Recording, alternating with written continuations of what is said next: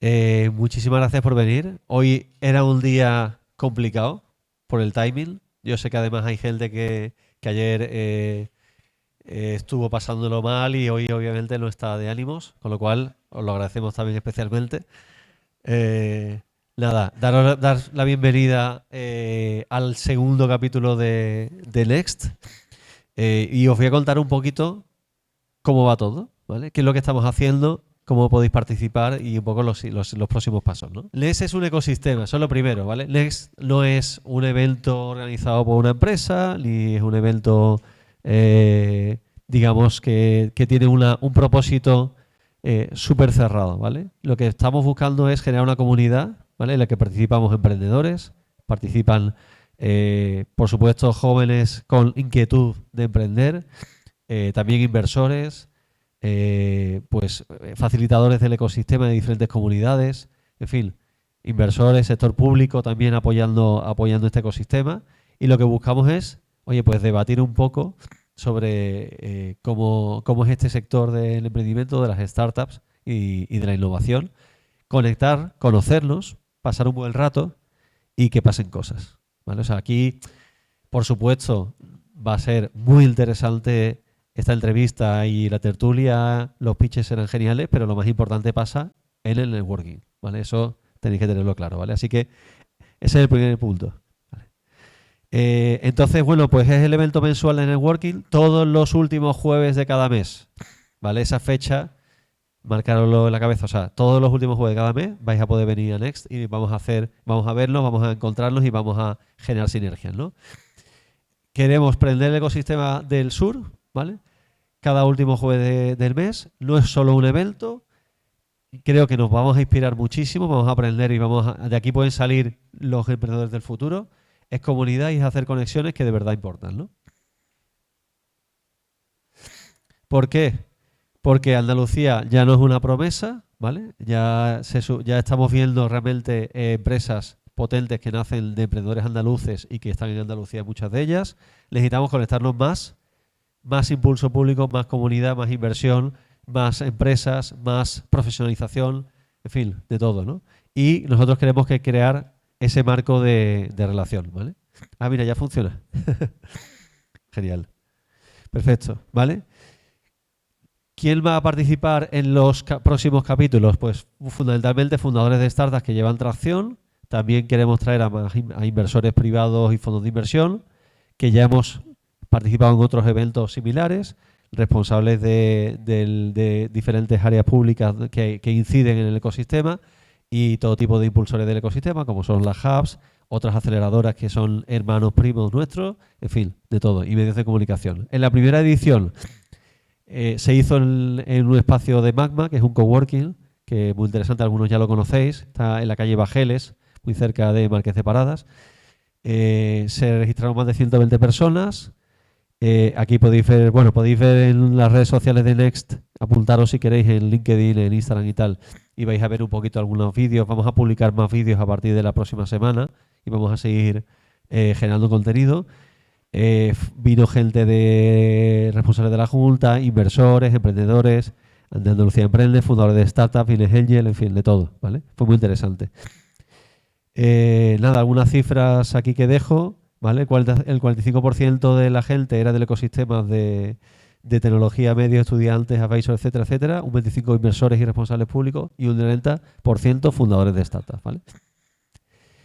Y Lex está siendo posible gracias al apoyo de Fusión de Startups, que lo conocéis algunos, ¿vale? Que es un Venture Builder privado, creadora de startups que justamente está en Magma, y a Pandalus, que aquí está Carlos, nuestro magno representante de Apandalus y fundador de Apandalus, que es un medio de difusión que pretende pues dar voz a todo lo que pasa más allá de Madrid, Barcelona, etcétera, etcétera, ¿vale? En la periferia de esas grandes ciudades y bueno, pues dar voz a todo el ecosistema de startup. Y también muchas otras empresas como Santander, por supuesto la fábrica de Sevilla, que le agradecemos muchísimo el apoyo que está dando a esta edición además especialmente, Fondes Andalucía, Loyola, en fin, muchísimas y las que vendrán, porque aquí esperamos que se vayan sumando pues desde otras aceleradoras con las que compartimos un poquito el espacio, hasta otras instituciones también que apoyan, ¿no? Vamos a tener un caso de éxito de Selectra ahora lo comentaremos. Una pequeña tertulia que abriremos el debate a todos sobre emprendimiento, luego los pitches de startups andaluzas que se van a presentar y enseguida un networking para conectar, ¿vale? Para que echemos un ratito, nos tomemos una cervecita tal y nos conozcamos un poquito más, ¿vale? Con una dinámica interesante, ¿vale?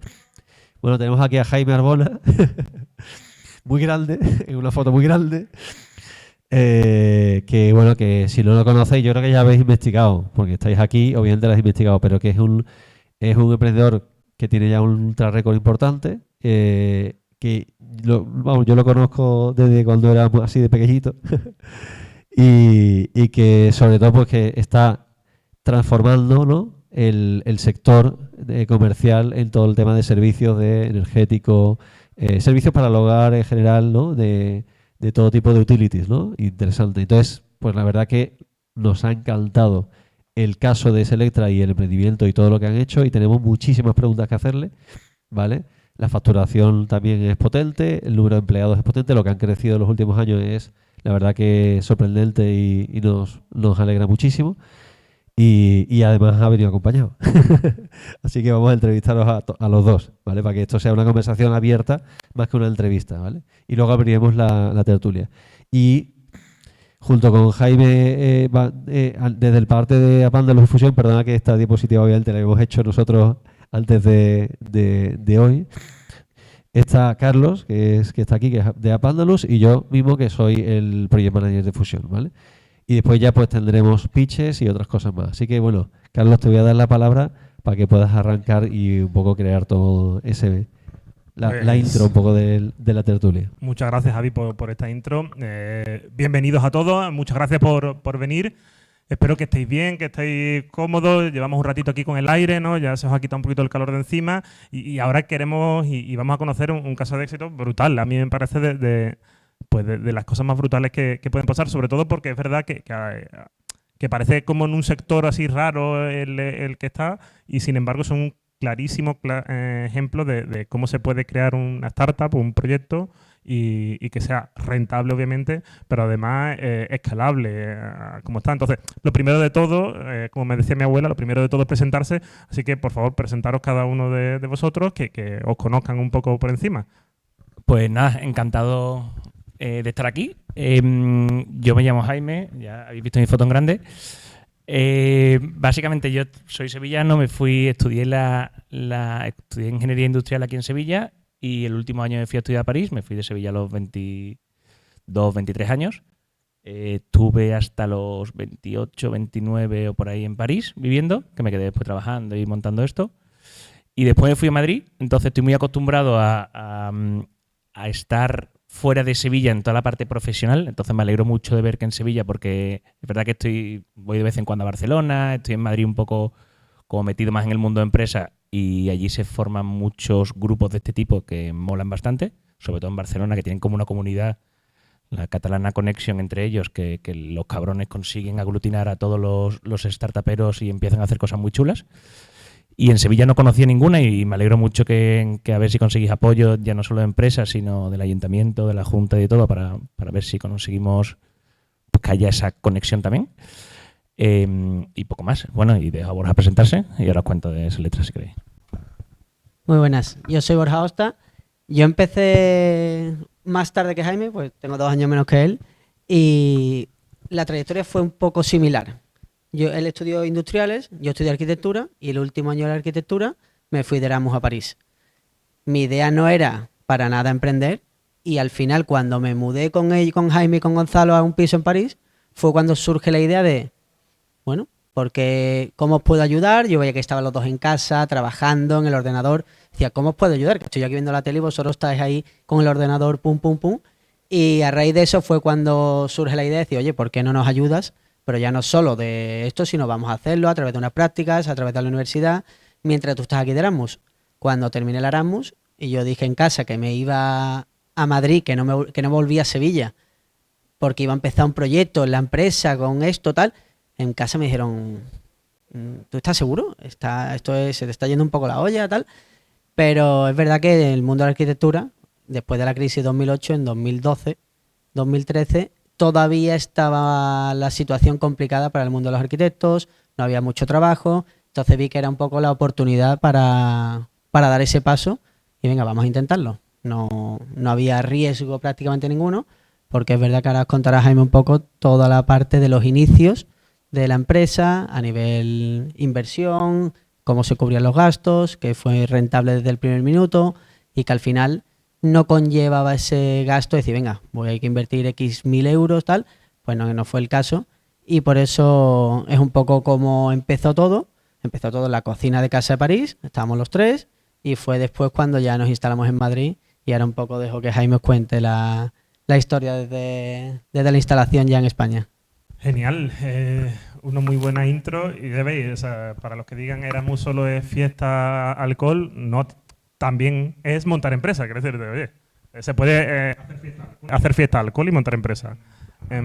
A nosotros hay algo que nos encanta, a Javier y a mí, y es hablar de los emprendedores, de las startups que pasan por aquí, hablando como un poco el arco argumental, ¿no? Ver un poco desde el principio, desde los inicios, lo que estaba hablando más o menos Borja al principio, ¿no? ¿Cómo surge la idea de montar, ¿no? Porque estáis en Francia, estáis trabajando en una empresa, por lo menos tú creo que estás en Carrefour, y que dices un día, oye, me levanto yo contento, voy a emprender. ¿Cómo pasa ese proceso? Os lo cuento, ya lo he contado alguna vez, pero lo cuento resumido para que no se haga largo. Pero yo empecé, terminé la carrera allí, no encontraba trabajo porque hablaba francés fatal. Y por suerte me contrataron en Carrefour, en un departamento de estrategia que se llama, que realmente no hace gran cosa. Me pegué 4 o 5 años trabajando allí y la realidad es que había mucha gente que iba de Erasmus a París y iba y se volvía, iba y se volvía. Y entonces yo conocía mucha gente de Madrid que iba de Erasmus a París, sobre todo básicamente chicas, porque es un destino más de niña que la gente, los niños preferían irse a Polonia a salir y emborracharse y es verdad que las chicas preferían ir a París. Y entonces yo era un nexo muy bueno para los parisinos que querían conocer españolas y yo conocía a las españolas y los parisinos querían conocer españolas y las españolas querían conocer parisinos. Entonces yo era como el Tinder de la época. El Tinder analógico. Y entonces hacía muchas cenas en casa, muchas copas y tal, y venían los parisinos. Y venían las españolas y a jugar. Entonces, uno de esos parisinos que vino era un socio mío francés que se llama Aurélien, que es extremadamente inteligente y un poco raro, pero muy, muy inteligente. Y ya tenía esta empresa. Entonces ya llevaba 2 años en París. Había empezado a montar la empresa, que todavía no he dicho de qué es, pero básicamente lo que hacía era ayudar a la gente cuando se mudaba de casa en todo lo que son las facturas de electricidad, de agua, de internet y tal. Entonces ya tenía una empresa montada que le iba bastante bien. Él tenía 25 años, empezaba a ganar dinero, entonces era un poco desastre. Tenía una oficina muy chula, pero jugaban a Age of Empires a partir de las 6 de la tarde con todos sus amigos, abrían los extintores, hacían cosas, los franceses hacen cosas un poco raras. Y lo conocí en esa época y dije, oye, en serie Silicon Valley, ¿no? Sí, un poco, la verdad. Yo flipaba un poco. Y también dio la casualidad de que en esa época yo llevaba 4 años en Carrefour y casualidades de la vida, Carrefour es la empresa que más empleados tiene en Europa, tiene 350.000 empleados, una empresa que obviamente tiene muchos empleados y además al ser francesa tiene unos sindicatos muy muy fuertes. Entonces los derechos de los trabajadores son muy heavies. Y tenía que hacer una reestructuración y hizo un ERE. Y ese ERE, que en Francia los ERE son muy buenos para los trabajadores, no estábamos los de estrategia metidos en ese ERE porque era más para temas de supermercados y hipermercados.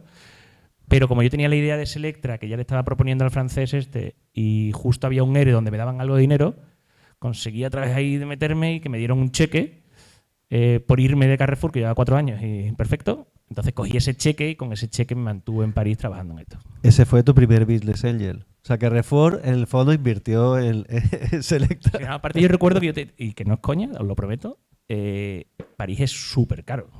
Y además antes había incluso más diferencia porque España está muy caro, ¿no? Pero yo tenía siempre, Gonzalo y yo teníamos, allí puedes jugar hasta 50 euros de negativo en la cuenta bancaria para que no te cobren comisión. Y nosotros sacábamos dinero de un banco del BNP de allí, íbamos corriendo hasta el cajero del otro banco que introducíamos ese dinero y el banco tardaba más tiempo en decirle que estaba en negativo porque tardaba más tiempo en decirle que había sacado dinero a que lo había recibido. Entonces pasabas positivo durante un minuto y volvías a entrar negativo. Si no teníamos nada de dinero. Hackeo total. Hackeo total. Y de repente me dieron un cheque de mucho dinero. Entonces flipé, pasé de menos 15 euros a mucho, decenas de miles de euros. Entonces, esa fue la parte que me provocó decir, coño, pues doy el salto, ahora tengo un respaldo de dinero. Y se lo propuse a esta gente y me dijo, oye, venga, pues intentarlo, lo intentas aquí, empiezas y a ver qué tal. O sea, que nada de que tú vivías en París desahogado y no sé cuándo, no. Estabas pasando canuta. Sí, no, tenía un buen sueldo, porque allí pagan bien, es verdad, pero me lo gastaba todo, en París te lo gastas todo. Claro. Siempre hay algo que comprar o algo que consumir. O sea que. Y a partir de ese primer Family, Friends and Fools que fue Carrefour, claro que eso fue así, literalmente. Tienes la confianza de decir, oye, me voy con la gente que estos de Age of Empires y, ¿no? A ver, estos locos, ¿no? Que están aquí, que tienen 20 y tantos años, o sea, me voy a Silicon Valley parisina. ¿Y cómo tienes esas conversaciones o cómo surgen esas conversaciones para decir, oye, lo montamos esto, os ayudo, me meto de socio, lo montamos en España? ¿Qué pasa ahí? Pues básicamente, es decir, ellos no tenían socios en ningún país de Europa, que después hubo una época tuvieron algunos, pero no funcionó. Ellos tenían el negocio súper focalizado en Francia. Y ellos eran muy buenos en algo que ahora no está muy de moda, que es el SEO, que es el posicionamiento en buscadores, en Google en particular. Y tenían centenas de miles de visitas a la hora. Es decir, era un poco locura, ¿vale? Dieron con un nicho que tenía muchas visitas. Y el SEO antiguamente era muy fácil. Hoy en día es más complicado, pero yo me acuerdo, Borjita y yo haciendo todos los artículos de la web, tú hacías tarifas de luz en Cádiz y era exactamente igual que el de tarifas de luz de Sevilla, pero No pasaba nada, era... y Google se lo tragaba, te ponía de primero y para adelante. Y entonces vimos que había como mucho potencial de volumen de búsquedas y que era muy fácil replicarlo en España. Entonces nosotros lo propusimos, ellos nos dijeron que ok, pero no como contratados, sino que nosotros nos lanzásemos a la aventura, nos quedásemos allí un año cogiendo el know-how y durante ese año lo convencimos de, oye, venga, vamos a ser socios, venga, 50-50, nosotros lo montamos y a ver qué pasa. Y así, vamos, lo convencimos porque no le cobramos nada, básicamente. Y vosotros, o sea, en algún momento dado, ¿alguno de vosotros sabía algo de SEO o de tal? ¿Cómo lo hicisteis? Copiando al francés, nos explicó todo. Es que él tenía... Él, cuando se dio cuenta de esto que digo de tarifas de luz de Sevilla y tarifas de luz de Cádiz, se dio cuenta que era tan sencillo que replicó directorios por todo el mundo, en todos los idiomas del mundo, de fontaneros, electricistas, notarios, bomberos. Imaginaros, bomberos en el Puerto de Santa María o notarios en el Puerto de Santa María. Él tenía una página web que se llamaba notarios.com y donde publicabas, sacaba el listado del colegio de notarios y publicaba los notarios y Google se lo tragaba y te ponía el primero. Y antiguamente Google, bueno, y hoy en día también, pero a través de una cosa que se llamaba AdSense, te pagaba dinero por poner publicidad en tu web. Y entonces ahí recibía, no sé, $400,000 al mes sin hacer nada. Ingresos pasivos, la clásica de los ingresos pasivos, ¿no? O sea, que hay muchos vídeos, ¿no? No sé si veis esto en YouTube, que os llegarán muchos vídeos de... Paga solo 1.500 euros por mi curso y luego serás multimillonario. Pero eso era real, lo hacía, Pasaba. pero luego pasaba. Súper real. Y tardó muchos años en caer, ¿eh? Es decir, no sé hoy en día, pero seguramente si tú pones notario el Puerto de Santa María sigue siendo lo primero. Sí, que tardó, que bueno, esto fue hace 15 años. Y Google cuando entendía cómo funcionaba Google, que él lo entendía perfectamente, lo tenías hecho. Entonces nosotros replicamos exactamente las webs. Nos dijo, para coger fuerza, el primer artículo que tenéis que hacer es cómo trucar el contador de la luz. Que seguro que, siendo los españoles como sois, seguro que tiene un montón de visitas. Lo hicimos, efectivamente, el artículo tenía miles y miles de visitas de todo el mundo intentando trucar Era un el contador. francés que conocía muy bien a los españoles. No, tuvimos que poner un banner en plan, no te estamos recomendando que truques el contador de la electricidad, pero... Señor Pero policía, no pero soy si yo. se diera el caso, aquí tienes toda la información. Señor policía, yo no soy... Acaba de pasar justo un furgón de la policía por aquí. Lo mismo están buscando todavía. El primer artículo que se publicó desde el blog de Francia se titulaba algo así como ¿Cómo no morir en el intento de al cambiar el nombre de la factura de luz? Es decir, era un sistema tan difícil, la gente no sabía dónde había que llamar, ni el teléfono, ni qué necesitaba, y fue un poco decir, lanzo el artículo, se posiciona y empieza a reventarse a visitas. Y un momento que en el artículo empezábamos nosotros a poner nuestros móviles y teníamos en 20 minutos, es decir, el móvil totalmente bloqueado. colgabas, te entraba una llamada, colgabas, te entraba una llamada. Es decir, el móvil totalmente bloqueado, es decir, quita el teléfono. Ya sabemos que funciona. Ahí tenemos algo, el MVP más básico que se puede hacer. Es una web simple, digamos, con un blog, con un artículo, lo que hoy día no es viral, que podemos decir viralizable o que se viraliza, y no es mejor MVP que poner tu teléfono y ver cuántos te están llamando. Vamos a poner el teléfono para ver para qué nos llaman. Si ahora mismo no podemos monetizar esto, pero vamos a ver qué quiere la gente. Claro, esa era la pregunta mía, ¿no? Efectivamente, o sea, teníais claro qué es lo que tenéis que hacer al principio, como sembrar, ¿no? Pero ¿el modelo de negocio de Francia se podía aplicar en España? Es que, es decir, y esto lo entendí con el tiempo, pero si tu negocio va en la misma marea que van los gobiernos, mejor. Entonces, es decir, si vas a la moda, mejor. Entonces, la moda era que se acababa de liberalizar el mercado eléctrico y tú podías contratar la compañía que quisieras. Entonces, claro, nos pilló justo en el momento, esto te pilla ahora y te comes una mierda. Pero en ese momento, pues empezaron a nacer compañías eléctricas, las compañías eléctricas querían clientes, nadie sabía cómo hacerlo porque las compañías eléctricas son compañías pues, muy grandes, donde la gente no es muy friki, la gente no sabe mucho cómo captar clientes. En la época, ahora sí.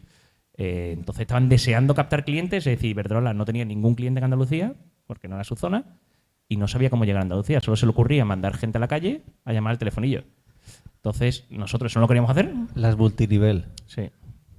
Y nosotros no lo queríamos hacer, y al final, cuando llegas a Iberdrola y le dices, voy a decir otro nombre por si acaso, pero cuando llegas a Naturgy, o Gas Natural Fenosa, y le dices, oye, soy capaz de traerte clientes del puerto de Santa María, y ellos decían, ¿pero cómo? No, por una web. Ah, una web. Y un teléfono. Que ahora parece muy obvio, pero en la época no era tan obvio. Y entonces así empezamos a tener muchísimas llamadas, conseguimos las colaboraciones de las compañías, nos empezaron a pagar por cada cliente, obviamente. Y nuestra limitación era cómo contratar a tanta gente. Que parece una gilipollez, pero no lo es. ¿Cómo en ese momento, ¿no?, en el que empezáis, 2013, ¿no? Hasta que empezáis a cobrar, digamos, de las compañías eléctricas. Eso fue muy rápido. En el Fue momento, rápido. Nosotros empezamos al principio del 13 desde casa, desde París, y a final de verano fue cuando nos instalamos, ya abrimos la primera oficina en Madrid. Y en ese momento fue empezar a contratar y empezar ya a facturar. Es decir, que los acuerdos durante ese verano, ¿Y que ahora cómo contará fue? Jaime. ¿Hablasteis directamente, hola, señor Endesa? Claro, no, Escribimos por LinkedIn, como hoy en día. Escribimos por LinkedIn a la directora a todos los directores. Nos recibieron uno de 100. Para que sepáis, funciona escribir por LinkedIn. Sí. Ahora menos. Antiguamente no te escribía tanta gente. Sí. Ahora quizá algo menos, pero funciona. Pero vamos, le escribimos a las personas adecuadas, pero no como robots, sino escribiendo de verdad a nosotros. Y una de ellas nos recibió, que hoy sigue allí todavía. que eso conllevaba desde París coger un avión, coger un hotel, en este caso fue ir a Oviedo, a una reunión, es decir, que al principio era, vamos, no sabemos qué va a pasar, pero hay que ir. Y eso lo que habéis hecho hasta ese momento era grow hacking, o sea, hackear el tener potenciales clientes, y ahora esto era la validación de un posible modelo de negocio, ¿no? Sí, pero ya se hacía en Francia, sabíamos que funcionaba. La cuestión era cuánto te iban a pagar por cada cliente en España, si la ley te permitía hacer eso en España, y que las compañías realmente tuvieran procesos, que Francia iba un poquito más avanzado, para poder hacer una venta telemática que hoy en día es muy obvio, pero que antiguamente no era tan obvio. Entonces, en el momento que conseguimos ese acuerdo, pues mintiendo lo típico, diciendo que hacíamos no sé cuánto, nada, hicimos una prueba que era mentira y tal. No era mentira del todo, al final. Bueno, éramos nosotros. Eran casos reales, pero éramos nosotros. Nosotros vendíamos que teníamos un equipo detrás, una plantilla para poder atender todo y generar ese negocio, y realmente éramos nosotros. O sea, no había nadie detrás Sí, contratado. técnicamente existía esa gente. Hostia. Yo monté una inteligencia artificial de recomendación de bares y restaurantes y éramos nosotros contestando por detrás. O sea, era más bien una inteligencia natural. O sea, el fake, eso, Y lo poca, famoso no el poca. fake it till you make it. Tampoco lo hagáis aquí a gran escala, pero a una pequeña escala para demostrar si tú estás seguro de que tu producto de verdad funciona. Y, oye, es que no tengo el cliente, funciona. Sí, lo que pasa es que a nosotros nos pillaron porque me reconoció la voz. Me dijo, Jaime, ¿eres tú? Y digo, no, Jaime, no, tal, no sé qué. Soy el hermano de Jaime. Espérate. Estos son los temas que nos gustan a nosotros. ¿Qué es lo que, o sea, os pillaron el Estábamos mismo cocina, cliente? en la cocina de cliente. París, esta chica directora que nos abrió la posibilidad de hacer la prueba, llamó para hacer una prueba Y tuve la mala suerte que fui yo el que cogí el teléfono. Éramos 3, pues había un 33%, me tocó a mí. Y me reconoció. Y me dijo, hola, soy Marta. Jaime, ¿eres tú, no? Y yo, no soy Jaime. ¿Quiere hacer usted un contrato de energía? No, Jaime, no soy yo. Y total, hicimos la prueba y nos salió mal. Nos pillaron y nos salió mal, le hicimos ventas y tal. Y después le volvimos a convencer, porque es verdad que si vas con el respaldo de que en Francia se hacía, pues joder, la gente pensaba... ¿Quién oye, fue a convencer? O sea, que Yo. tú fuiste otra vez. Yo fui otra ¿Reconociste que fuiste tú? Sí, y no, muchos años después. De hecho, me invitaron a hacer una en la sesión de EDP, que es una compañía enorme, bueno, la segunda energética del mundo, en la conferencia anual de todos los trabajadores, salí yo ahí en el teatro, ¿dónde fue el teatro? Un pedazo de teatro En enorme, León. a hacer una conferencia. Y efectivamente, ahí, claro, ya lo reconocí, pero es decir, fui la segunda vez, aparte me acuerdo perfectamente, porque cuando vas otro consejo bueno es cuando vas en avión, no se pueden llevar bolis. Después llevar a la reunión esos bolis que has cogido en el avión no es buena idea porque explotan. Entonces me explotó el boli en la mano y yo estaba hablando y de repente empiezo a ver la mano azul y digo, ¿esto qué coño es? Y me había explotado el boli y tenía todo esto azul. O sea, estaba en plan ya nervioso, pero lo conseguimos. En un auditorio con 1000 personas, Jaime era el foco de atención, la cámara proyectada y Jaime con toda la camisa llena de tinta azul. Es decir, al final, eso, conseguimos monetizar muy rápido. El problema que nosotros no conocíamos bien son los procesos de pago, los plazos de pago de las grandes compañías, que es un problema. Es decir, si vais a trabajar con grandes compañías, la ley te dice que te tienen que pagar en cuanto de 60 días, ¿no? Algo así. Eso, claro, eso no existe. Sí, porque 60 días de fecha de emisión factura. 90 mínimo. 90 más el confirming de Claro. 180 días. Es decir, Sí. yo no conocía esos plazos de pago y es verdad que las compañías tardan mucho en pagarte y esa tensión de tesorería te ahogaba un poco. Entonces nosotros crecíamos adelantando los confirming de las compañías. Entonces entraba un confirming, nosotros nos entraba el dinero en el banco al día siguiente y ese día contratábamos a gente. Me interesa esa parte de crecimiento que estabais hablando al final los dos. En muy poco tiempo pasasteis casi a 100 empleados, 100 y pico, por lo que he visto. ¿Cómo es ese proceso de pasar de 3 colegas en un piso en París a 100 personas en Madrid? Pues empezó con la cuñada de Borja. ¿Todo queda en familia? Que sigue allí, por cierto. Y con gente conocida, en plan, gente que no tenía trabajo, que era joven, le decíamos, oye, ¿te quieres sumar aquí? Pues, Yo estaba terminando un grado, el trabajo, fin de grado, tal, como diciendo, mientras, entiendo que esto no va a ser el trabajo para muchos años, que en algunos casos sí lo ha sido, pero lo normal era decir, oye, si vas a estar 4 meses aquí porque has venido a hacer el proyecto, no sé qué tal, ¿por qué no aprovecháis estás media jornada con el proyecto y media jornada con nosotros y así te ganas un dinero? Para salir de fiesta. Y conseguimos crecer mucho, aprendimos mucho por el camino de gestión de personas, de que hay que pagar la seguridad social, que no lo sabíamos, cosas como mega básicas que no sabíamos. Y bueno, y ya fue es que todo. eso que dice Jaime es una impotencia, pues nosotros veíamos el volumen de llamadas que generábamos y obviamente el volumen de llamadas que atendíamos. Decíamos, estamos perdiendo más del 70% de las llamadas que podemos generar. ¿Por qué? Porque no tenemos gente. Entonces tú dices, ¿quieres contratar gente? Sé que hay negocio para poder monetizarlo, pero no tengo esos recursos para contratar, que a pesar de que crecimos muy rápido, parece muy rápido a día de hoy. Esos 12 meses se hicieron eternos. Claro, porque vosotros veíais, digamos, ahí los sacos de dinero, vamos a decirlo así, veíais los sacos de dinero allí y dices, no llego a ellos. Es que De momento eran del Monopoly. En ese momento era dinero del Monopoly. Pero que no es como si tú tienes un e-commerce que vendes zapatillas y hay cientos, bueno, o decenas de miles de clientes con el carrito con las zapatillas, pero tienes que quitar el botón de confirmar compra porque no tienes zapatillas. ¿Y esas primeras contrataciones las hacíais a pulmón? ¿El socio francés os ayudó en algo? Los primeros meses nos ayudaba con las tensiones de tesorería. Es decir, si nos faltaban Claro, 100.000 euros, pues no. si os cobráis a 120 días, 180, al final le estamos hablando de que hay 5 o 6 meses ahí en los que no tenéis Pero cash claro, para cada contratar. vez eran más altas, ¿no? O sea, me refiero a que luego tendrías que tener algún instrumento financiero o bancario, ¿nada? O sea, luego, o fue la rentabilidad. Hasta que el problema de crecer mucho es que la rentabilidad, al final, cubrir la rentabilidad con un crecimiento, cubrir el crecimiento con esa rentabilidad es complicado. Por eso todo el mundo, todas las empresas intentan meter deuda pronto, porque te caes. Nosotros la suerte que teníamos es que teníamos los franceses, quieras o no, que te daban un respaldo, y que nuestro margen era bastante alto en esa época, porque todas las llamadas eran SEO, que no valen dinero, que no valen a priori dinero.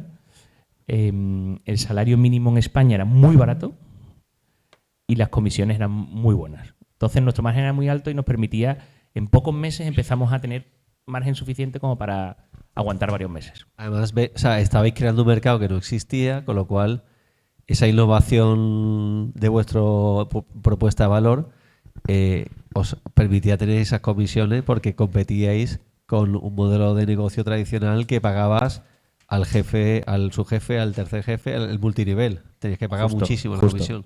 Y hay mucha gente que están aquí también, que nos verán, que a lo mejor son de ellos emprendedores que están empezando a sus primeras contrataciones, ¿no? Lo que al final lo que vosotros hiciste de mi cuñada, mi primo, el otro, un amigo, veniros aquí. ¿Existe una cultura de empresa? ¿Teníais una cultura de empresa? ¿O era, tío, ponte a trabajar porque si haces 20 llamadas estamos seguros que vamos a conseguir esto? Pues mira, nosotros empezamos eso en 2013-14. En aquella época no se hablaba de culturas de empresa ni de metodologías y tal, eso se puso de moda un poco después. Nosotros cuando se empezó a poner muy de moda eso, estábamos muy pringados de trabajo, no le hicimos caso a nada de eso. Y en 2023, no hace nada, empezamos, o en 2022, empezamos después de leer 100 libros de startups, de metodologías y tal, cogimos a un señor de 70 años, o 60 y pico años, que se llama Lluís, que era catalán, por supuesto, y que es mentor de lo que se llama ahora Scale-Ups, que son empresas un poquito más grandes que una startup. Hicimos un programa que se llama Scaling Up, que es el típico que han hecho Globo, todas las que suenan mucho, donde te dicen justo eso. En plan, te explican cuáles son tus valores, cuál es tu cultura, tal, pero yo creo que eso son cosas para cuando tienes un tamaño ya eres grande. Si no, es decir, nosotros, eso creo que te aporta valor cuando tienes una estructura importante. Nosotros al principio contratábamos en función. Y que al final necesidad, el claro. diseño de esa misión, visión, propósito, valores de la compañía, al final, ¿cómo se hacen? Con la experiencia. Es decir, oye, ¿cuáles son las palabras que definen el trabajo que habéis hecho, tal, los problemas? Y al final era poner post-it de todo el comité y decir, oye, pues, ¿cuáles son las palabras con las que os definís? Pues al final todo sale de ahí. Y obviamente para eso necesitas tener una experiencia previa. Si tú al principio dices, son valores que tú quieres poner en tu compañía, pero son valores totalmente idílicos, que no se basan en ninguna experiencia previa. Vosotros teníais quizá, estaríais muy alineados, ¿no? El alineamiento entre vosotros como fundadores muy claro, también con la empresa francesa, y me imagino que de esa misma alineación nacía todo, ¿no? De forma natural, ¿no? Sí, nosotros una de las cosas más importantes es que la parte que gestiona la empresa, ¿verdad? Como los perfiles, lo que se llama el top management, todos llevan más de 8 o 10 años. Es decir, casi todos están desde el principio. Entonces han ido creciendo con nosotros, empezaron cogiendo llamadas atendiendo a los clientes, pasaron a ser jefes de varios comerciales, después pasaron a ser tal. Entonces han recorrido la empresa entera, lo conocen muy bien. Ha pasado mucha gente, es decir, por Selectra España nos han pasado, no sé, 10.000 personas. No hay mayor cultura que conocerla desde abajo, ¿eh? Entonces, para nosotros y eso se hace mucho en Francia, es decir, cuando tú tú empiezas en Carrefour, por ejemplo, en mi caso, obligatoriamente 2 días por año tienes que estar en hipermercado. Y yo era pues el cajero durante un día y al día siguiente era el que cortaba el queso. En el grupo LVMH, el Louis Vuitton, 2 días al año tienes que estar en tienda vendiendo zapatos. Entonces, esa cultura francesa de Selectra Francia como que nos ayudó bastante a que todo el mundo tiene que conocer muy bien el negocio. Y todo el mundo tiene que ser parecido a nosotros porque nosotros somos los fundadores. Entonces, si no eres parecido a nosotros... Eso te ayuda mucho a ver esa capacidad de sacrificio y ese compromiso que puede adquirir alguien con el proyecto, que a día de hoy es fundamental y cada día cuesta más encontrar eso. Es decir, que alguien que no mire el reloj para a qué hora me voy, alguien que no esté queriendo a ver si me puedo ir, a ver cómo puedo trabajar menos, sino antiguamente nos gustaba gente en el equipo decir que echase horas, pero porque sabíamos que esto al final te curte mucho al cabo de los años y tú dices, estás en la edad. A día de hoy, cuando llevo gente que nosotros, la edad media que serán 26, 27 años, con más de 1.000 personas, que tú dices, la rotación es enorme, pero te das cuenta que tú dices, cuesta tanto que nosotros antiguamente eran las 9 de la noche y estaba la oficina llena. Ahora son las 8 y quedamos nosotros. Que tú dices, ¿qué es lo que ha cambiado en 10 años? Que te das cuenta que a día de hoy cuesta mucho encontrar ese perfil de personas que tengan esa capacidad de sacrificio. Hambre, básicamente, ¿no? O sea, gente con hambre. Hambre. Y a verlo, yo creo que el ejemplo es clave. Si tú has trabajado conmigo, que yo soy de trabajar, bueno, o he tenido que trabajar por defecto mucho, hombre, ya que estoy yo trabajando, que tengo algunos años de experiencia y que quizás te puedo enseñar algo, a lo mejor no muchísimo, pero quizás te puedo enseñar algo, coño, que mínimo que te quedes conmigo, ¿no? ¿Sabes? En plan, joder, yo cuando viene mi socio francés, que es un crack, intento sentarme en la suya y si se queda a dormir, me quedo a dormir en la suya. Te quiero decir, Tú mismo lo has dicho, Borja, al final creo que hay una edad, un momento para todo y que al final son las personas jóvenes, estamos hablando de recién salidos de la carrera, ¿no? Lo que decíais vosotros al final de contratado. Si tú no tienes hambre con 24 años, es complicado que luego consigas algo. Porque con 24 años se entiende que con 40 años, con hijos, etcétera, es más complicado, la conciliación ya es más complicado. Pero tienes una edad de los 20 a los 30, y aquí se lo digo a todo el mundo joven. Meteros. Porque es muy fácil. En realidad, en una empresa, no ahora se letra, pero en realidad podría ser fácil escalar. Si tú te llevas un año currando un montón, etcétera, te van a ver y van a decir, joder, pues lo voy a meter aquí, que pruebe, que funciona también de jefe, bueno, pues lo voy a pasar aquí. Y no es difícil escalar en realidad en muchas empresas. Porque hace falta gente que de verdad muestre compromiso. Y con 40 probablemente ya tendrás la posibilidad y tendrás el tiempo y conciliación y te van a entender porque saben cómo eres. Obviamente eso es fundamental porque nosotros a día de hoy valoramos mucho más eso que el conocimiento técnico que alguien puede traer. El conocimiento técnico se puede adquirir dentro de la empresa mientras estás trabajando. Si tú tienes ganas, se aprende todo mucho más fácil. No puede ser que tú quieras decir, no, es que yo soy el currículum más completo que tú puedas tener, pero como no tengas lo otro, no te sirve de nada. Que y la nueva tecnología no ayuda a eso. Es decir, nosotros tenemos ahora mucha gente que contratas de producto o de lo que sea, que te viene con el Notion hecho perfecto, con todos los emoticonos del mundo que se pueden poner en un sitio, que dices, ¿para qué coño pones tantos emoticonos? ¿Cuánto tiempo te iba a poner ese corazón ahí? Deja de poner corazones. Te hace el Notion perfecto, pero le dices que tienen que escuchar estos clientes de Perú para entender el mercado de llama por teléfono, dile llama por teléfono. Y le digo, vale, escúchate estas 100 llamadas de clientes de Perú para entender tal. Sube las 100 grabaciones a Gemini o a ChatGPT, te hace el resumen y te lo dice. Y yo me quedé así y le digo, pero que no has entendido nada, tío. Es que no has entendido nada, porque claro, te han hecho todo, entonces no has entendido nada. Entonces, o aprendemos a utilizar las cosas bien y que es más importante un Excel feo que un Notion bonito, y que realmente entiendas el número, porque si no es que no... Entonces, si se utilizan bien las nuevas herramientas, cojonudo, si no... O sea, lo que sería, te falta calle, ¿no? O sea, esa es la expresión para esto. Al 100%. Para eso utiliza mucho en Selectra, lo de te falta calle. Claro. A mí me dicen que me falta calle, no sé por qué. Ya no creo que te falte tanto. No, ya no tanto. Pero bueno, claro, entonces una vez que, o sea, la idea es un poco una vez que tengas calle y que sepas escuchar y entender las cosas y los problemas de los clientes, ahí sí, métele, o sea, sé más productivo, automatiza, tal, pero primero... Claro, nosotros, contacto. gracias a estar cogiendo muchas llamadas, nos dimos cuenta que los clientes, además de la energía, querían cambiar la fibra y el móvil con nosotros, querían cambiar los seguros con nosotros, querían servicios de mantenimiento. Entonces empezamos a vender todo. Y hoy en día vendemos todo. Es decir, cualquier servicio que quieras hacer, nosotros lo O sea, hacemos. vosotros pivotasteis la idea inicial, ¿en qué época más o menos empezasteis a ampliar y diversificar todo el portafolio? Nosotros en 2014, 15, 16, yo creo que no vendíamos más que energía. Y todo por escuchar al usuario final. Sí, y a partir del 17 y 18 metimos la fibra y el móvil, que era una época un poco donde la gente se cambiaba mucho de eso. A partir del 20 quizás metimos alarmas y a partir del 22 metimos seguros. Y después lo pasamos a muchos países. Es decir, nosotros empezamos con Portugal, casi a la vez que España, un par de años después, y después nos metimos con toda Latinoamérica.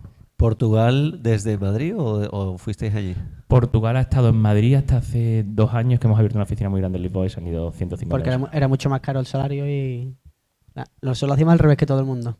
Francia se traía a los Lo franceses barato, a España vamos al país barato y ustedes y dijiste nosotros vamos al país nos lo dejábamos con los salarios caros. Porque no nos gusta tener a la gente lejos. Entonces lo teníamos al lado los portugueses. Y montamos, pues llegamos a ser 200 portugueses en la oficina de Madrid. ¿Cómo se enseña a la gente cuando está escalando el tema de llamar por teléfono, el tema de saber escuchar, de saber qué decir? ¿Tenéis un protocolo? ¿Tenéis...? Es que yo creo que tampoco vamos a entrar en profundidad en cómo trabajamos nosotros, porque nosotros nos llamamos. nosotros recibimos Os llaman. llamadas. Que cambia mucho, es decir, a la hora de tú contratar a alguien, Pero no es el lead ya lo tiene, es una persona interesada. Es por eso, inbound. pero por eso Inbound que es es un lead todo caliente. No es un lead frío de una llamada a una base de cualificado, datos. todo. No somos los de hola, te llamamos de Yastel. No, nunca jamás. Pero ¿cómo? Sois, O sea, sois tienes que los, formar a los esa he- persona. los héroes de esa batalla, ¿no? Ellos son los villanos y vosotros sois los Yo te ayudo a quitarte a esa compañía malísima que no te gusta y te voy a dar la mejor solución. Pero cuando tienes un problema, es que aquí quizás sois todos muy jóvenes, pero cuando tienes una casa tienes problemas de este tipo. Entonces, si no es la electricidad, es el gas, si no es la fibra, si no es el seguro, si no es la alarma. Entonces, cuando tienes el problema con cualquier servicio, nosotros te solucionamos el servicio, te explicamos nuestro producto y nos compras todos los productos, Incluso si no hay una venta como tal. incluso si no hay una venta como tal. O sea, puede ser, yo tengo un problema con X compañía, te llamo y tú puedes recomendarme quédate en esa compañía pero en otra tarifa y ya está. Sí, es raro, pero sí. Es raro porque las grandes compañías y las pequeñas, es decir, todas las compañías, la cartera de clientes sirve para pagar la captación de clientes. Entonces, Telefónica tiene, no debo decir marcas, compañías empresa. grandes, Una no, empresa española que cualquiera. se dedica a telefonía. las empresas grandes de servicios tienen una parte muy grande de la cartera antigua que pagan muy caro y con ese margen pagan la captación. Por ejemplo, empresas portuguesas. Exactamente. por ejemplo. Que no ven esto. Que esto es No una entiende cosa lo que que estamos diciendo. a la hora de fidelizar clientes, tú dices, llevo 15 años en esta compañía, ¿por qué este tío que lleva un mes y medio en la compañía paga más barato que yo? Es un poco que si tú lo piensas, va al revés un poco del discurso de fidelizar Y- clientes. De hecho, hay una propuesta de valor de una de las compañías que está por ahí, de lo que hemos hablado, que dice justo eso, que siempre vas a tener la mejor tarifa que no De- sé si lo harán, pero De ese momento de comienzo y escalado, etcétera, más o menos, vamos a ir a por alguna chicha. ¿Hay algo de lo que hicisteis en ese momento de que de cierta manera hayáis dicho, aquí nos pasamos un poco de frenada o esto no lo hicimos tan bien como deberíamos hacerlo? ¿Hay algo que hubieseis cambiado a día de hoy? Que al final todo con el Capitán Futuro no es muy fácil, pero ¿hay algo a día de hoy que hubieseis cambiado? Sí, es decir, cosas muy recientes, si quieres ahora te digo alguna antigua, pero cosas muy recientes, un gran error que creo que se da mucho en las compañías españolas o en las empresas españolas es que te crees que la expansión a Latinoamérica es fácil porque hablan el mismo idioma. Y es decir, no tienen nada que ver, absolutamente nada que ver. Es decir, el problema es que hablamos el mismo idioma. Ese es el problema real, porque no tienen nada que ver ni cómo funcionan, nada, absolutamente nada, ni las costumbres, ni la forma de ser de las personas, pero ni mejor ni peor, diferentes. Es decir, nos parecemos mucho más a un griego que a un peruano. Y esto me cuadra mucho con el capítulo que lo habéis contado ya que dijiste, oye, vamos a ver quién entra en Latinoamérica, quién se queda con Latinoamérica, que eso ya es famoso, Pero lo vas a poder contar, pero es muy divertido. Al final, para que lo entendáis, son dos empresas, ¿no? Si no recuerdo mal, son Selectra Francia por un lado y Selectra España por otra. Obviamente, con cosas comunes, ¿no? Pero sois independientes a la hora de jugar en territorios. Sí, eso también es verdad. Ya lo hemos comentado alguna vez, pero nosotros somos la antítesis del emprendedor de hacer las cosas bien. Tenemos 50-0-0 con Francia, que siempre te recomiendan no tener 50-0-0. No tenemos pacto de socios, que siempre te recomiendan hacer un pacto de socios. Yo tengo 50-0-0 con el otro socio español, también sin pacto de socios también. Pero la realidad es que no le hemos dedicado ni un minuto a eso en nuestra vida. Le hemos dedicado a trabajar todo. Entonces, Sois todo lo contrario a lo que cualquier incubadora recomienda. sí. Pero yo no estoy tan de acuerdo. Es decir, si me escucha el abogado nos dice lo contrario, ¿no? Pero yo no estoy tan de acuerdo porque nunca le hemos dedicado tiempo a eso. Jamás. Entonces, como sabemos que no nos podemos pelear, es que no te puedes pelear. Sí, es como las bombas H y tal que tiene Estados Unidos y Rusia, que obviamente no puede haber una guerra ahí. Claro, O sea, claro, justo. Eso, Como mucho en terreno intermedio. eso es. Es decir, nosotros sabemos que tenemos que hablar. Entonces, no le hemos dedicado tiempo absolutamente nada a eso y eso nos ha hecho, yo creo, enfocarnos mucho en el negocio. Vale, y entonces en Latinoamérica nos contasteis hace poco, ¿no? Y habéis contado también varias veces que ellos entraron en Brasil, vosotros en México y hablasteis, no sé si, me imagino que fue hablado, ni siquiera Tonto el último, ¿no? hablado Nada firmado, sino hablado de, oye, el que le vaya bien que se quede con este mercado, ¿no? El que llegue a EBITDA positivo antes, O sea, ese era el... ¿Pero eso fue con copas o fue...? O un no hay huevo. pues yo creo que puede ser que fuera con copa. Claro, es que ya voy conociendo. Entonces, Puede ser que fuera con fue un copa. poco copa de, oye, ¿qué hacemos No, esto? no creo que fuera con copa, sinceramente. Bueno, pero la cuestión sentados, es que. sentados hablando. Sí, es decir, fue un poco eso, pues. Yo creo que fue inteligente por la parte de los franceses de utilizar eso para motivarnos y efectivamente lo hicimos. Y el primer año no solo era EBITDA positivo, era EBITDA positivo con una facturación X, es decir, no valía hacer 1 euro y ganar 1 euro. Y ellos, Brasil, lo hicieron y les salió muy bien justo por temas de fútbol, porque captaron muchos clientes con resultados de fútbol, copiando el modelo, para captar clientes de cambiar de fibra. Es decir, entonces, como había una cosa ahí, pero se les vino abajo, gracias a Dios, y entonces México creció mucho. Si estáis viendo esto, queridos Electra Francia, gracias a Dios es una expresión que significa por mala suerte. No pasa nada, hemos hablado mucho. Y ya está. Entonces, en ese momento, pues empezamos a abrir todos los países. Empezamos a abrir México. Bueno, México lo tenemos abierto. Y empezamos a abrir Colombia, Perú, Chile y Argentina. Y como habéis dicho esto de que obviamente es otra cultura, por mucho que compartamos idiomas, hasta la forma de hablar es totalmente diferente y la cultura... Yo he vivido también ahí en América Latina. Doy fe, mi mujer es colombiana. Claro. Y la mía es chilena. O sea que... Sí. Entonces, como son otra cultura 100%, ¿cómo hicisteis? O sea, ¿cuál fue el truco para conseguirlo? O varios trucos. ¿Cómo lo conseguisteis? Porque realmente a mucha gente le querrá dar el salto y que le vaya bien, ¿no? ¿Cómo se da ese salto? ¿Planificáis el salto bien de, esto es una estructura y vamos a hacer una estrategia increíble? Estudios de mercado. O sea, Borja, ¿a ti no te gustaban los tacos? ¿Qué te parece irte allí a Ciudad de México? Sí, un poco lo hacemos. Es decir, lo que he dicho antes, vamos un poco intentando ir en la dirección correcta de lo que va el país. Es decir, en México, por ejemplo, lo que pasaba es que tenían dividido el territorio, por así decirlo, la república, las compañías en zonas. Las compañías de fibra, en este caso. Y justo empezaban como a meterse una con otras. ¿Entráis solo en fibra en Latinoamérica o habéis entrado con No, todo? energía no está liberalizada, allí no puedes elegir la compañía, igual que nosotros antiguamente. Entráis solo en lo que, Solo lo que está liberalizado. liberalizado.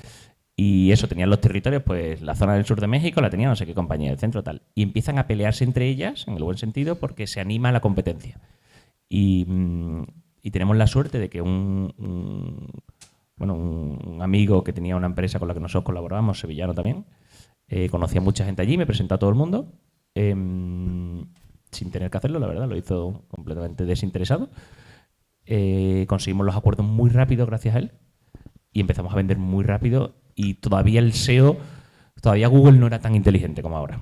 Entonces todavía se podía hacer un poco lo de eso, no sé qué Puebla, no sé qué Ciudad de México. O sea, repetisteis un poco el modelo de growth hacking y encima, gracias a este buen amigo que no nos vamos a decir quién es, pero le damos las gracias, también los contactos de las eléctricas, ¿no? De las de De la telecomunicaciones. fibra. Perdón, de las de fibra, disculpa. Y empezamos muy rápido, empezamos a contratar a gente, mandamos allí a un sevillano que sigue allí y empezamos a contratar a gente a lo bestia. Y te encuentras con todas las diferencias que te encuentras allí. Que bueno, allí hay muchas diferencias, muchas positivas y muchas negativas, pero te encuentras muchas diferencias. Entonces copiar el modelo no es tan sencillo, hay que meterse en el país, hay que entenderlo, hay que ir mucho. Es decir, yo intento entender bien todo. Algo tan sencillo como dónde abrimos las oficinas. Allí la gente no se paga mensual, sino que se paga quincenal, cosas que tú dices. No estamos acostumbrados y no te imaginas que allí funciona así.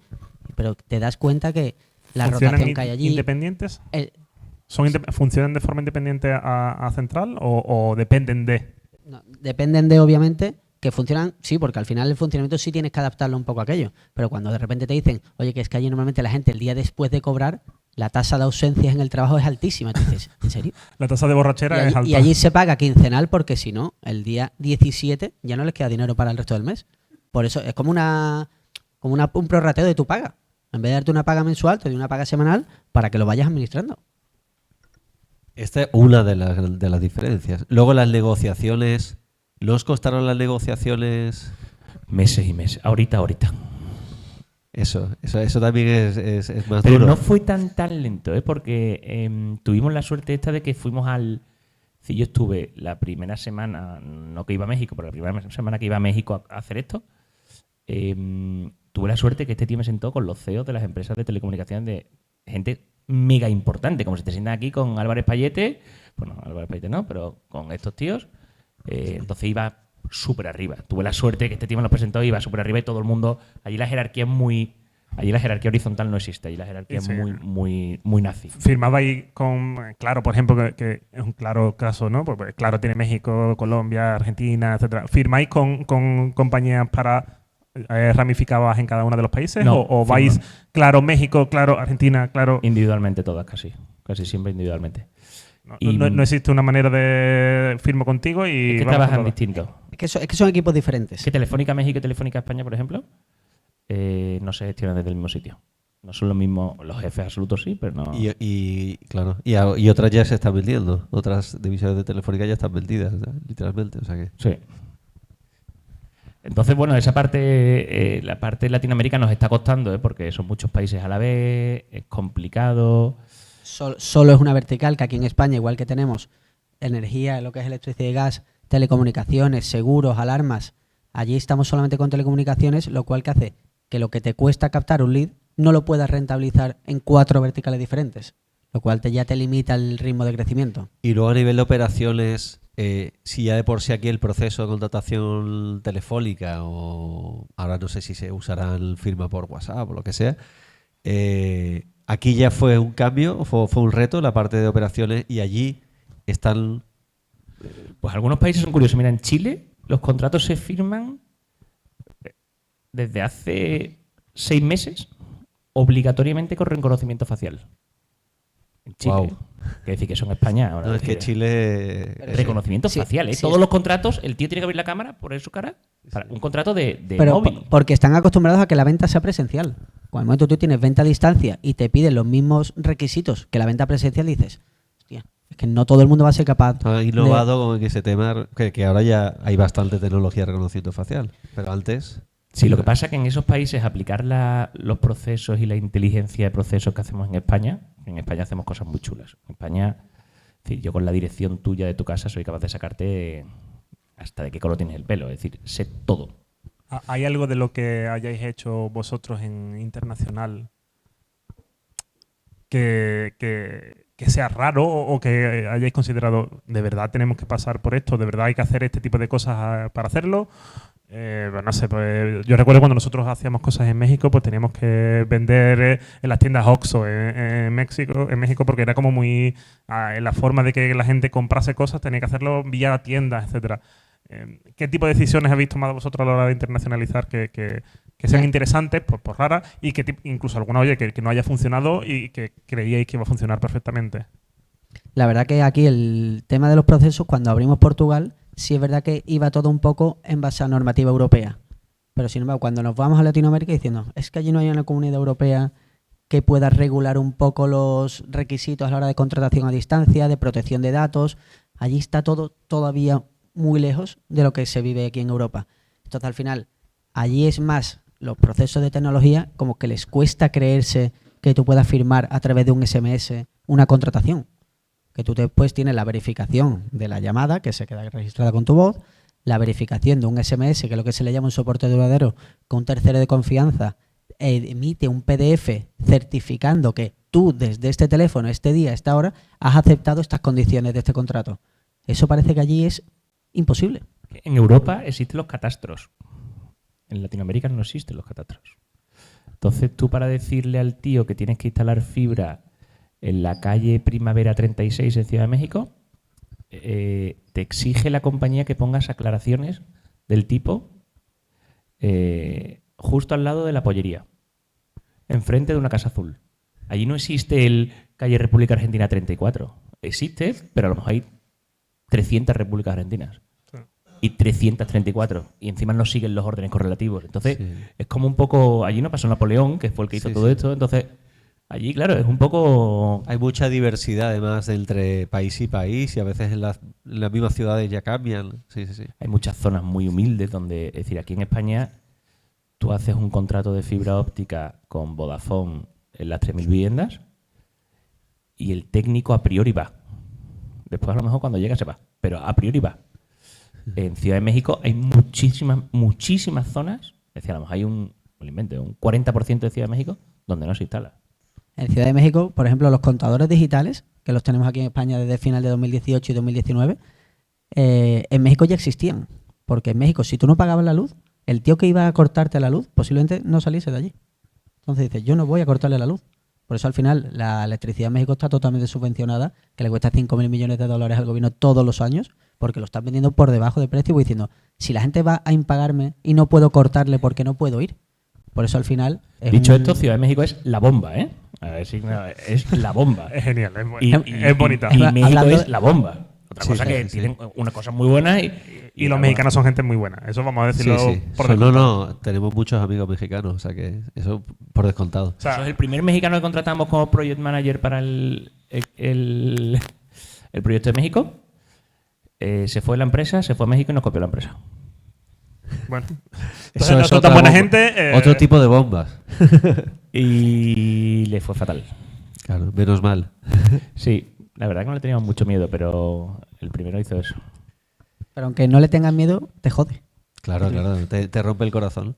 Vamos, Oye, vamos a terminar, sí, vamos ¿no? a ir abriendo ya a la gente. Nosotros tenemos muchísimas más cosas de las que hablar y podemos preguntaros aquí hasta mañana. Quiero Sí, deciros. la verdad que se ha formado un ambiente de Sí, contar sí, cosas bastante muy bueno. chulas. Pero nos encantaría saber si vosotros tenéis preguntas para ello. Si tenéis algo por ahí de interesante que... Tenemos micros aquí para moverlos, ¿no? ¿No? Este mismo. ¿Uno quiere...? Venga, por ahí. Vale, no queda ningún botón ni nada. ¿En qué momento dijiste tú, porque tú ya tenías asegurado más o menos de que Selectra estaba funcionando en Francia y cuando tú la importaste, por así decirlo, aquí al mercado español, ¿en qué momento dijiste tú, oye, pues esto está cogiendo fuelle? ¿Tú tenías 100% la seguridad de que iba a funcionar aquí o tuviste un pequeño ápice de duda y dijiste ya, oye, pues mira? 100.000%. Estaba completamente convencido. Porque Las primeras si no- veces fue bueno cuando se empezaron a posicionar las webs, los franceses te decían, el 4,6 de las visitas que tengas cuando pongas el teléfono aquí te van a llamar. Y al día siguiente veíamos el reporte de llamadas y decía, joder, lo han clavado. Entonces decía, todo lo que nosotros hemos ido aprendiendo aquí posiblemente se te vaya a cumplir proporcionalmente en el mercado español.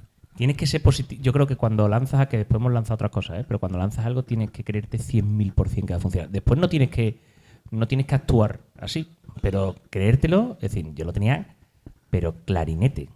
Vamos, después otras empresas que hemos lanzado también lo tengo clarinete, al final no se ha cumplido. Pero, es decir, pensaba al 100.000% que iba a salir. Si no, es que si no trabajas de una forma mediocre, ¿sabes? Yo creo que tienes que ir como mega convencido. Y no, yo lo estaba, pero...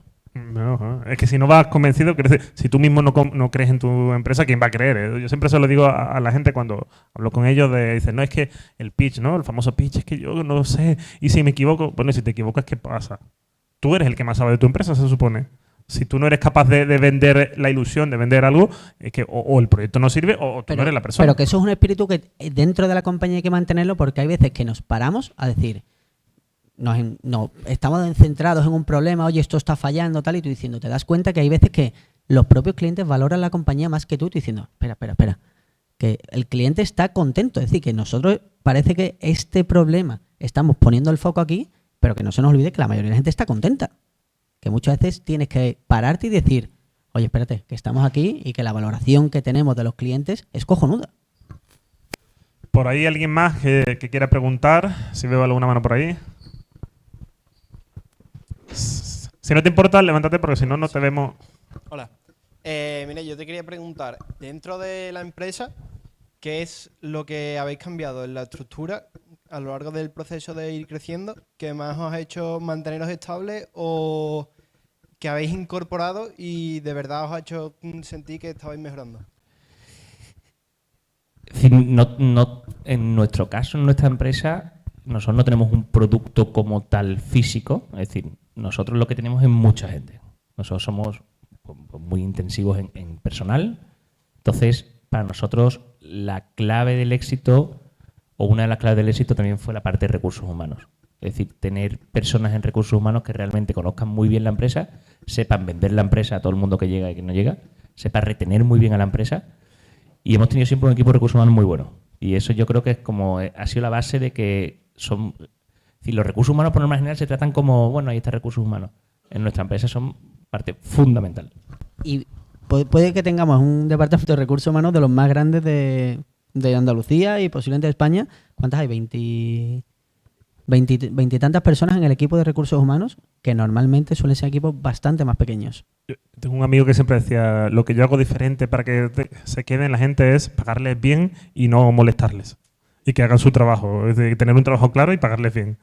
¿Sois de esas empresas así modernas que tienen mesas de ping-pong y ese tipo de historia? ¿O Pues lo fuimos, habéis caído en lo moderno? lo fuimos y lo hemos quitado todo. Hemos quitado la fruta, el ping-pong, el café gratis, todo lo hemos quitado. Porque no. Porque, Interesante eso, quiero decir. ¿Por qué esa reconversión? Porque lo que nos funciona es, y creo que también es parte del éxito, es llevarnos bien. Es decir, tenemos que forzar a llevarnos bien, no hace tonterías porque la gente lo hace. Porque además no nos gusta el ping-pong. Es decir, que tampoco tenía una mesa de Que ping-pong. hemos hecho campeonatos de ping-pong, de futbolín, había una play con sofá. Sí, lo hemos sido. Pero hay un momento en el que ya coge un tamaño a la empresa que dices, es absurdo. O sea, que al final, oye, es súper interesante esto, el vuelta atrás, que te das cuenta de que la realidad es que lo mejor es que los trabajadores en sí se lleven bien con otros, que haya como unas direcciones más o menos, unas directivas claras, que todo el mundo sepa en el marco de juego en el que está jugando, ¿no? Y tenemos como somos todos parecidos entre nosotros, no parecidos en el sentido de la forma de pensar, en la forma de actuar, con principios parecidos. Cuando no eres así, la propia organización te expulsa. Entonces hay mucha gente que entra, yo qué sé, el típico que es muy flipado. Te sientes fuera de lugar, a lo mejor. Sí, muy flipado en producto, en tecnología, pero no quiere hacer cosas que son más normales para entender el negocio. No entiendes el negocio, te expulsa. Entonces se te hace un bullying indirecto y no queriendo, pero o el típico que abre un ticket para absolutamente todo. Para pedir un ratón, para que le hagan un buscar V o para hacer una query. Pues no, tío, no. En nuestra empresa no funciona. Entonces te van haciendo como bullying y te van expulsando. Entonces hemos creado como un círculo muy fuerte de gente muy parecida. Y eso mola. A nosotros uno de los valores, una Cultura, de las palabras, al final. una de las palabras que repetimos mucho en la cultura es el barro. Es decir, a ti te tiene que gustar el barro y tú tienes que ser capaz de bajar al barro. Si tú quieres aquí, no, yo ya tengo un estatus, yo quiero a mí ya que me preparen esto, una presentación, tal, y como dicen, no. Aquí, desde arriba hasta abajo, todo el mundo se tiene que meter en el barro. Perfecto, por ahí. Hola, enhorabuena por el proyecto, acojonante. 2 preguntas con la IA. Ahora, vosotros habéis posicionado con el tema del SEO, cuando era fácil o cuando era medianamente fácil. Hoy, si yo busco cómo mejorar mi factura de luz o hazme una comparación de mis 4 empresas que hay que me están ofertando, me lo hace automáticamente. ¿Para qué os necesito? ¿O cómo os posicionáis para que os llame ya vosotros? Si buscas eso, creo que en Gemini y en ChatGPT te dice que te vayas a Selectra, lo cual es un... Porque habéis hecho entonces marketing posicionamiento en IA. Porque la Calidad IA ha del sido contenido. suficientemente inteligente para detectar que eso. No, porque realmente es decir, tenemos mucho contenido acerca de eso. Nos hemos ido, en el tema sobre todo energía en España, nos hemos ido especializando en ser referentes, que vosotros seguramente no lo hayáis visto, pero es decir, Ana Rosa cuando tiene algo de electricidad llama a Selectra, Ana Rosa, el programa Ana Rosa, para que nosotros salgamos a hablar de eso. Expansión, el ABC, cualquiera, cuando tiene un artículo de cualquier cosa de energía, casi siempre referencia a Selectra porque nos llama para preguntarnos cosas. Webs, tenemos decenas de miles de artículos hablando sobre eso, llevamos 12 años. Entonces, ChatGPT se lo preguntas, a lo mejor justo ahora me deja de mentiroso, ¿no? Pero por norma general te dice, o lo que vemos, te dice eso. Lo acabo de buscar y sale de las opciones, ¿eh? Que te dice Gemini, te dice otras empresas también, pero una de las que te dice también es Selectra. Es decir, a nosotros nos ha quitado mucho tráfico, todo lo nuevo que ha hecho Google.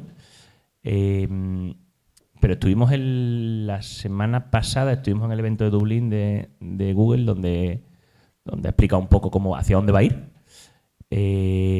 Y nos lo creemos, que casi todos los eventos que ha hecho Google casi nunca nos creíamos nada. Y este nos lo hemos creído un poco porque ellos se basan en que a partir de ahora va a haber muchas más búsquedas, y que yo creo que es verdad. Porque yo busco ahora más que antes, porque antes ya los resultados de Google eran un poco como chungos. Si tú buscabas... Todo el mundo sabía que había un poco de hackeo ahí al Tú SEO. buscas en plan mejor, yo ahora que tengo para los niños compro unas camas, las mejores camas de niños, y solo había afiliados haciendo piratadas por allí que se veía que querían cobrar desde el minuto 1 y nadie te daba una... O sea, entonces, yo creo que eso la transforma la inteligencia y inteligencia artificial y ha quitado a esa parte del mercado. Entonces te empiezas a fiar más de esa inteligencia artificial, empiezas a buscar más y nosotros, igual que hicimos con el SEO, que el SEO lleva así 10 años, empezó el SEM a crecer un poquito, nos metimos en SEM y somos de los que más nos gastamos en SEM de España. Con Meta Ads empezamos igual, TikTok Ads, toda esa parte cada vez que nosotros lo que tenemos, los clientes van a estar sí o sí, lo que tenemos que estar es a la vanguardia de cómo van a buscar esos clientes. ¿Que van a buscar a través de inteligencia artificial? Pues lo que tenemos que conseguir es que la inteligencia artificial una de las cosas podría ser, si Google muere mañana, ¿cómo puedo yo sobrevivir a un mundo post-Google? ¿No? ¿Cómo puede Selectra sobrevivir a ese mundo post-Google? No sé cómo moriría Google ahora, la verdad. No, es una hipótesis, quiero decir, en el sentido de Google muere de los buscadores, o ya no tal, o cambia mucho las reglas del juego. No, por eso nuestra pelea en el día de hoy es generar ese contenido de calidad para que la inteligencia artificial acuda a nuestro contenido. Pero ahora otra pregunta que va a colación. Vendéis independencia porque seleccionáis la mejor empresa según la necesidad del cliente, pero ¿y si el cliente ya tiene la mejor empresa? Al final tenéis que monetizar, y la pregunta va también a lo que ha dicho Borja, que podéis monetizar, aprovechar ese lead para 4 vertientes. A lo mejor ha venido a preguntar por la luz y acabáis vendiéndole telefonía. Entiendo que funciona así. Eso nos pasa, por ejemplo, el cliente que viene con el tema de la electricidad y resulta que tiene el bono social. Es una tarifa especial que tiene el gobierno para familias numerosas, para desempleos y tal. Tú dices, si tienes bono social, yo te voy a decir que te quedes, porque tienes la mejor opción. ¿Y cómo monetizas? No monetizo. Con otras verticales. O no monetizo. O no monetizar, vale. Y ahora la pregunta del millón. El agua no está liberalizada. Habéis metido ya incluso la calidad de agua. Yo soy el del agua, vamos. El tema es que no está liberalizada. Entonces, ¿cómo monetizáis las consultas en el agua? No monetizamos. Vale, pues yo sí.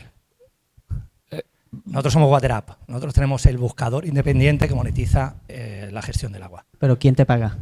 El alcalde, el cliente, todos.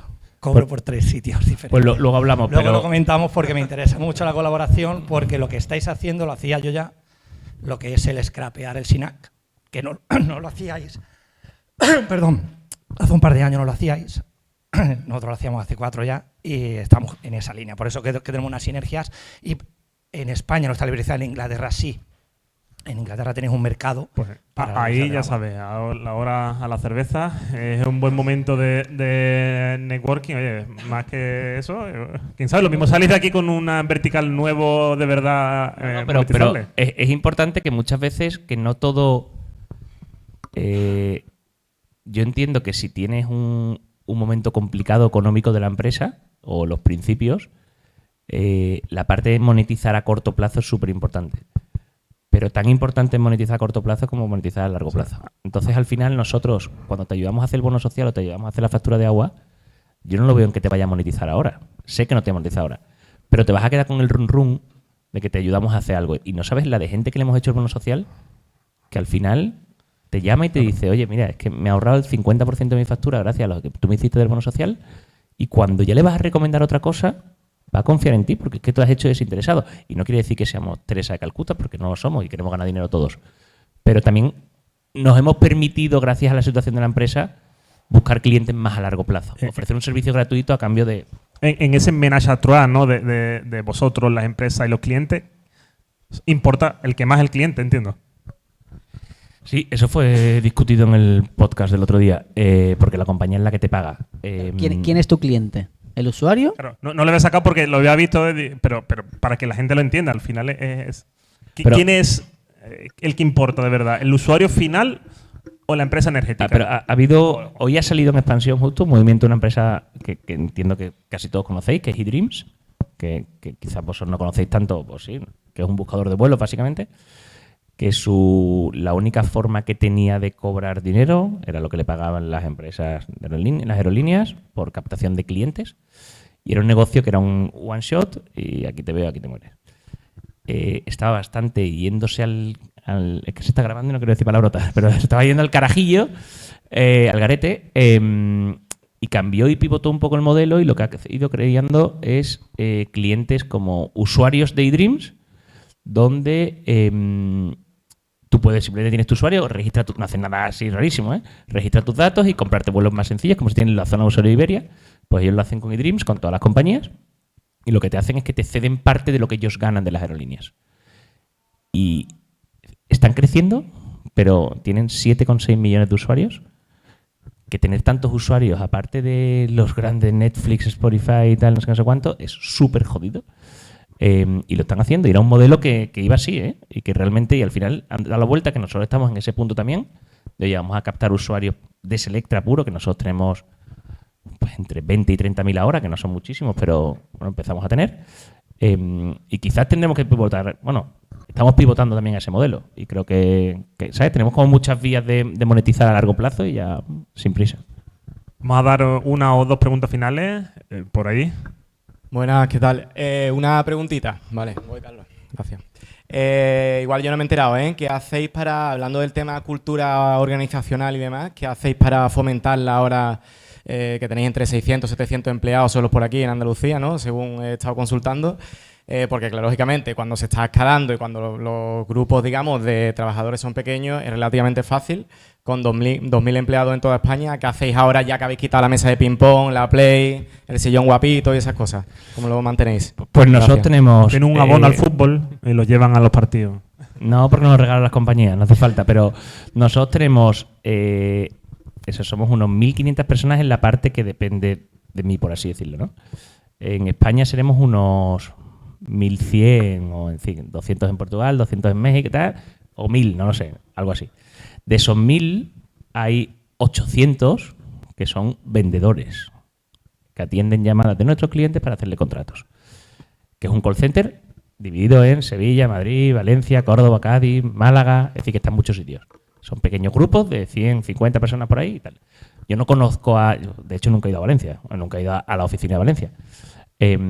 Nosotros no tenemos tantísima relación con todo lo que la parte que es... O sea, el de que vaya a ser como el jefe infiltrado totalmente. Ya, pues puedo ir perfectamente, la verdad. Pues no sabrán quién soy, pero nosotros no conocemos a todos los gestores. Conocemos a los jefes de esos gestores y después a toda la parte corporativa. Y a la parte corporativa lo que intentamos es ser bastante transparente con los datos y con cuál es nuestro rumbo, nuestra estrategia. Mucha cerveza después de trabajar, porque creemos que es importante que la gente se conozca, que sepa cómo está tu novia, tu mujer o quien sea.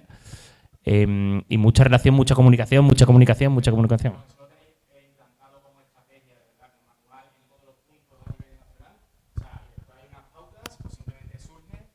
Precisamente el Departamento de Recursos Humanos, como es tan bueno y tan eficiente, estos 800 comerciales que has dicho que tenéis, ¿no? Que estamos hablando del 70%, ¿no? De la plantilla, lo que sea, que es más de la mitad.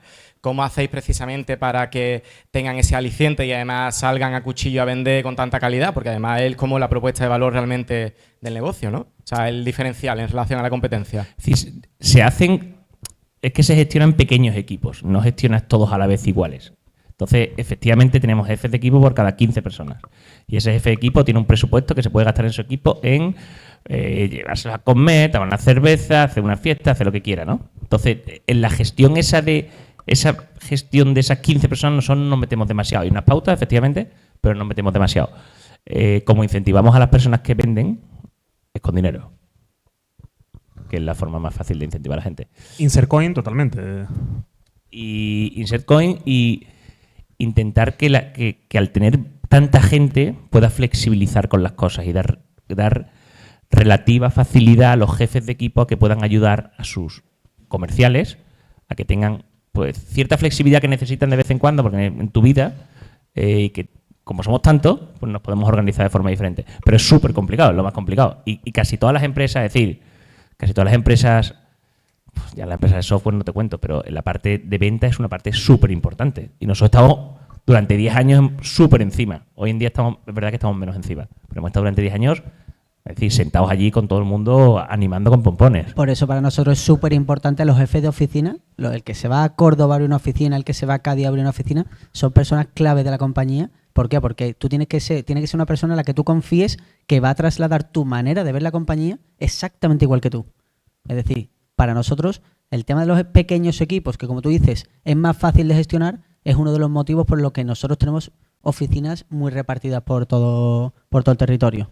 Porque es la única manera de hacer eso totalmente escalable manteniendo ese espíritu de pequeña compañía, ese espíritu de equipo con equipos pequeños. Es mucho más fácil que con equipos grandes. De hecho, es curioso que, ahora que decía Jaime, es que a mí hay gente que, si yo voy a la oficina de Valencia, que no me conoce. Y es literal, que tú dices, el CEO de la compañía, hay gente que trabaja en la compañía que no lo conoce. Y eso nos pasó una vez en el ascensor en Madrid, un comercial diciendo, joder, hay un tal Gonzalo Lara que me está robando un montón de contratos. ¿Por qué? Porque el sistema asociaba los contratos, al principio las llamadas las asociaba a Gonzalo Lara, porque era el que había configurado el proceso y decía, es que hay un tal Gonzalo Lara que me está robando, y se lo estaba diciendo a él, diciendo, tío, el CEO de la compañía no te está robando ningún contrato ni quiere robarte ningún contrato. Por eso digo que hay un momento en el que se hace tan grande que se impersonaliza un poco y el espíritu que tengan los jefes de equipo y los jefes de oficina es fundamental. Tan fundamental que la figura del CEO a nivel global, tú dices, parece que pierde un poco ese protagonismo y esa relación directa con todo el mundo de la compañía. Damos una última pregunta por ahí. Hay una última. Buenas, os quería preguntar porque me imagino que vuestra empresa se basará en sus puntos fuertes de lo que puede ser SEO, recursos humanos y las asociaciones estratégicas que tengan con vuestros clientes, que son las empresas. ¿Cuáles serían los talones de Aquiles de toda vuestra cadena de valor que a lo mejor consideráis que os resta mucha eficiencia o os supondría un problema que si una empresa da un servicio o una solución que os permitiera mejorar en ese aspecto, sería clave y lo contrataríais? Muchas gracias. Ahora mismo uno de los puntos es la dependencia de Google. El momento que tú dices, oye, si Google desaparece, tenemos que diversificar mucho la captación de clientes nuevos para que no dependa de un único proceso, como puede ser el ¿Cómo posicionamiento. estáis en otras redes? ¿Estáis bien? ¿Estáis a tope? Haremos una de nuestras prioridades. El querer crecer a base de colaboraciones, de clientes, ya nosotros lo llamamos clientes offline. Es decir, un cliente te puede llegar a ti porque, por ejemplo, se está mudando y tiene que hacer todas las gestiones de los contratos, pero, por ejemplo, si tú llegas a un acuerdo con una inmobiliaria, la inmobiliaria tiene esos clientes que tú necesitas. Pues llegar a ese tipo de acuerdos para que nos permita crecer más y captar más clientes. Perfecto, cerramos aquí con vosotros. Yo os voy a pedir un fuertísimo aplauso para los dos, para Borja